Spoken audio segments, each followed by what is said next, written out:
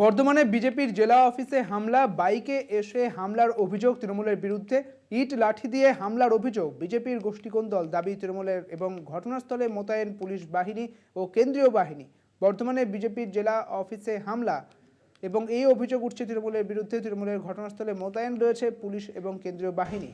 ইট লাঠি দিয়ে হামলার অভিযোগ তৃণমূলের বিরুদ্ধে। আপনারা সেই ছবি দেখছেন, ইটের টুকরো পড়ে রয়েছে।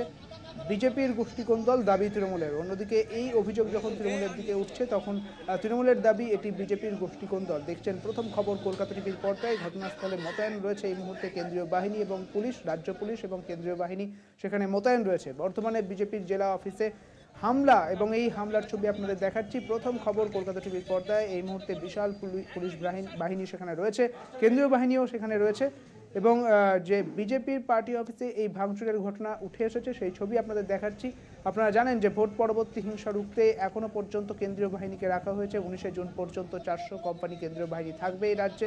তবুও দিকে দিকে এই ছবি কিন্তু উঠে আসছে, যেখানে ভোট পরবর্তী হিংসার ছবি উঠে আসছে। আর এবারের ছবিটা দেখাচ্ছি বর্তমানে বিজেপির জেলা অফিসে হামলা।